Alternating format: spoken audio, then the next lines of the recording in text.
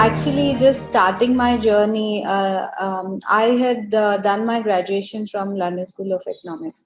So when I was doing my course there, and I'm from Hyderabad, so I'm born and brought up in Hyderabad. So when I kept seeing that city, that was my first world exposure, I should say. And when I was seeing that city, and then I used to keep thinking about Hyderabad. So I always you thought that, if this is there in Hyderabad, how does it look? If my city is like this, how does it happen? So that's probably where the thought process started. And as I traveled much more, as I went, I've seen more experiences, I've grasped more things. Then I realized this is how we can translate it in the Indian context. So probably the thought process started there. And if you are saying about innovation, I'm sure all IAS officers are trained to be innovators, because our job is a generalist job. We adapt to the circumstances, we adapt to the place that we are in, and we tune our policies or whatever work that we do in context of the governmental priorities of that area, and also the people's needs of those areas. So any IAS officer that you see would be working for a particular area in a particular kind of way. So that is where the adaptability comes, and that's where the innovation comes from. So when I did the mask, for example, it was totally a surprise for me also, because I found a couple of weavers coming to me and saying we have a lot of dead stock with us. We are not able to reach out to the markets because of COVID. And these are weavers who are very poor, small weavers, and they had all these stock and they didn't know what to do. The production was just not happening at all. So then we realized that we need to help them in some way. But how much of governmental dole can we give? The government was supporting them in terms of giving them pensions, giving them COVID relief. But we thought ultimately it's the stock which has to go out from there. And their looms have to start working. So that's when we realized that, and parallelly, our medical team was asking us for masks. At that point of time, when the first wave happened, there were no mass production as such, and WHO had prescribed a cloth cotton masks as the main agenda for COVID protocols. So that's when we realized, why can't we just meet these two needs together? We have our in-house production. We have the women also who have a lot of machines, sewing machines and all. So we can just use it in-house and use it within the districts. Many districts have done it, but we had the first mover advantage, in the sense we started in March of 2020. And we had the production capacity in-house, so we didn't need to go search for anything. And that's how these women also gained confidence, and later they innovated with different types of masks. They went ahead, and once we started that spark, I think people just need the spark, and as administrators, we are there to do that. So once we started that, many women came to me and said, we have Ayurvedic professors in this town, so why don't we use some Ayurvedic tincture on your mask? Because that was again an age old practice. Many people take a potli, आप हिंदी में भी देखते होंगे, camper के पोटली बनाते हैं, और they use that. So they said, why can't we put it in mask? And that there came the Ayurvedic mask. So that's how, and sometimes the thoughts come from people. All they need is a person who can understand that, and take it forward. They might not know how to market it, how to make it on a mass scale, but they had the idea. So that's how, that's where we did it. And I would say it was totally a team effort, which had just happened, and we could just park that effort.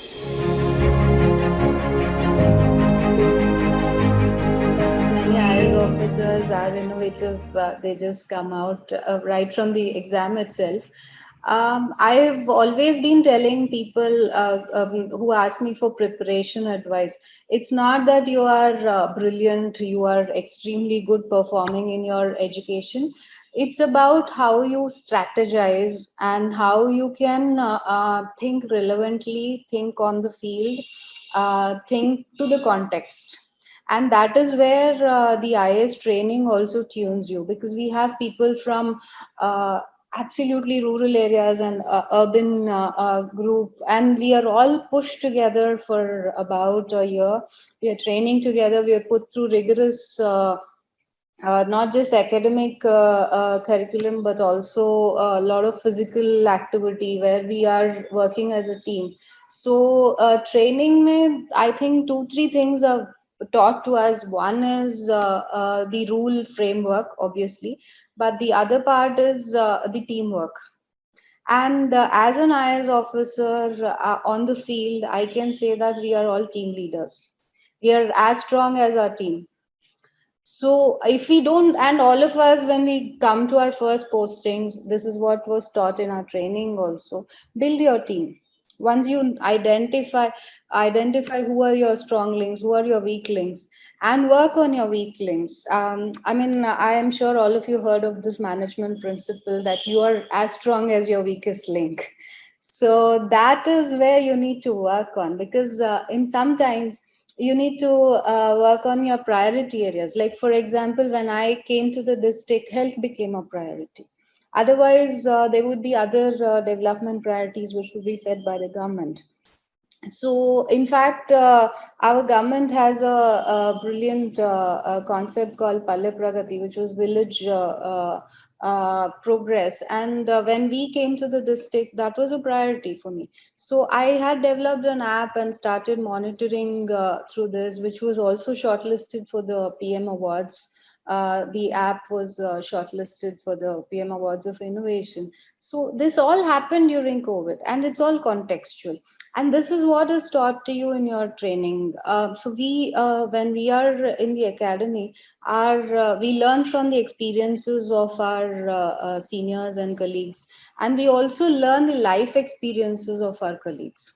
We are made to go around the country. We also go and train in the secretariat. Then we also train in the districts so that we understand the local context. We learn the language. So contextualization is very important, and also, having the ethos of administrative service, a unified ethos, what they call as a steel frame. I think it's that value is still inculcated. We still know that these are some of the national values that we need to uphold. And again, each area is different. For example, if you are in a place which does not have schools, or you don't have enough infrastructure, you need to focus on those. Here, when I was in municipal corporation, again, I was doing a completely different work from what I'm doing here. Here I'm focusing on women, on livelihoods, because these are the necessities here. When I was in the municipal corporation, I was focused more on recycling, how to bring more good waste management practices, and also huge infrastructure. So, because I was posted in a city, so these are things which the academy teaches you: adaptability. You can adapt to any circumstance anywhere. But again, wherever you go, you're building your team, and you work on the strength of your team, and you take them along towards a common goal. That is the most important learning that I have received in the IS. And I'm sure all of us are trained. We're not trained to be specialists, though some of us develop specialist interests over time. We are trained more, I would say, as team managers, as team leaders, so that we achieve whatever goal is set to us at a particular point of time, or whatever goal which is needed in that context at a particular point of time. The thing thing about priorities, when you hit the ground running, your priorities are already clear. The government has already set some priorities. So, जो IAS officers होते हैं, their first priority has to be implementing the government schemes. That is the way we are doing, and across the country, that's how it happens.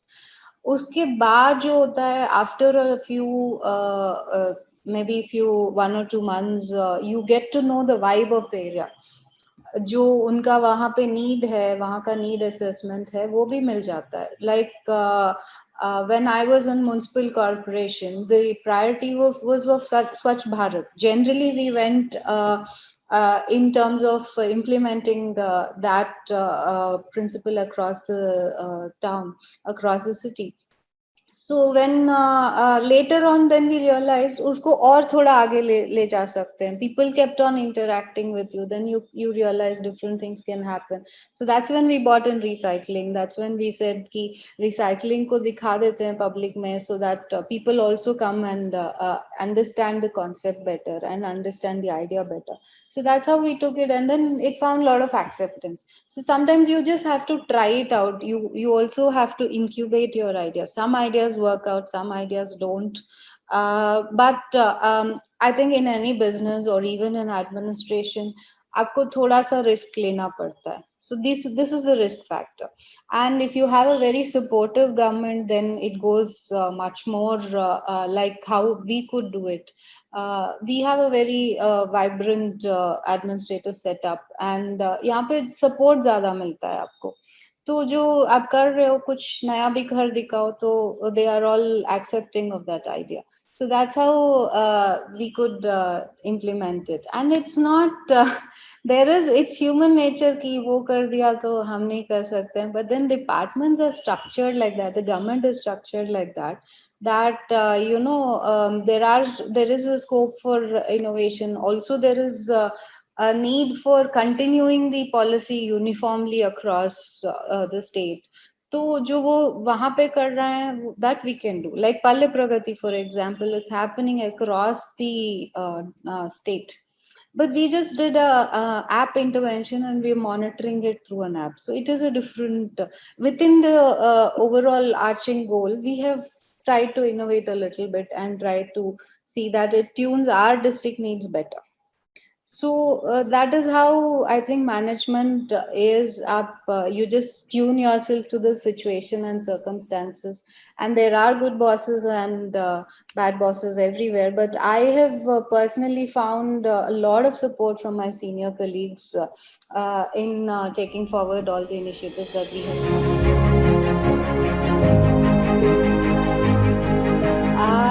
Once I graduated from LSE, I went into the private sector. I was working for a private sector company, and after I also worked for an intergovernment organization. उसके बाद I realized as I was working, it was very personal, I can say. I was becoming very specialized in a particular field, and I was working in one sector. And I wanted to have a broader experience of where I can do multiple things. I think basically a creative person by nature also. So I kept thinking if I can think of something outside or I can do something different. So that idea was always there, and I have also seen the government from close quarters. My father is an ex-IAS officer. So I realized that the job profile that I can have as an IAS officer beats any other job in terms of diversity, in terms of the experiences you can have, and in also the way that some jobs in the private sector, you either have to start and do your own job, or you have to work in a certain way, and ultimately specialization is valued there. But I didn't want to niche myself in a particular segment at that point of time. So that was my personal choice. Again, it's a lot of people have different choices, and they think that they can opt for. I'm not saying this is the right one for everyone, There are different types of personalities, different ways of looking at the world, and this was my choice to help. And I also had the always had the inclination of helping people. I know it sounds very cliched sometimes, but when you think back on your life, is it about I had this thought about how much, is it just my bank balance, is it my ghar gadi yeah, or is it also the fact that I could have an impact, I could do something, and I could people remember what you could do for them, even if it's a small thing. Even if you give like say I mean, even if I could give a one weaver a livelihood, I am sure that is some satisfaction that all of us have. So that was my motivation. All these put together. So this was why I've joined the service. And since I've seen what it can do, what I mean, the service has changed. There's a lot of changes from what you see before and what you see now. But I think still that basic ethos remains, that you can make an impact, you can make a change, you can make a difference in somebody's life. So that is where I have chosen this profession for. And coming to the second question about women, I have never actually, I'm from South India, I'm from Telangana. I'm been born and brought up in Hyderabad. So, and I've come back to this cadre. So I have not seen any difference of treatment being given to me as a woman. In fact, I would say people have been tougher on me. So yeah, that makes us perform more and do much better. So it's always there, and I haven't come across any discrimination of that sort in the profession. Also, even public are used to seeing women in authority here, so it's not very radical or different for them. So मुझे इतना कहीं पे I haven't faced any of those situations. Actually, I have a 4.5-year-old child, so it is tough, and especially when sometimes children ask you questions like, "Mommy, why do you have to work on a Sunday?" So these kind of things happen, but then I would say an understanding family is the first, not just your spouse, but also your entire family. So if you have a good supportive family support systems, it becomes easier. But it's also that many women have to learn. I don't think it is a question of deducting your family time and devoting it to your professional life. It is just a way of life for us. So I would take it in that way. I mean, as a man, no person would think twice about going to his children's school or going to his office.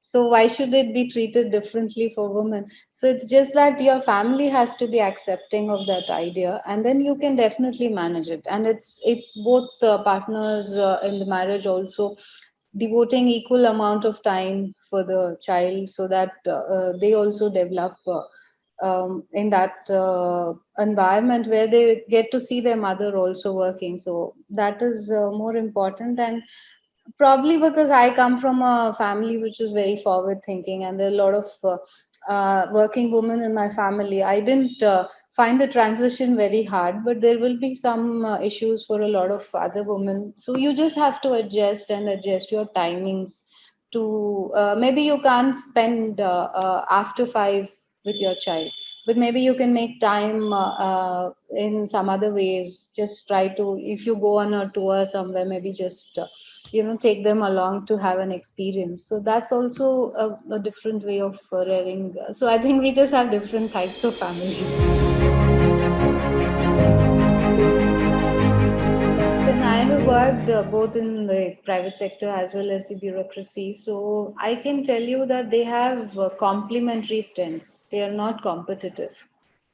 So, like I said, our training in the academy itself trains us to hit the ground running, hit crisis situations. We are great crisis managers because that's how we work on a day-to-day basis.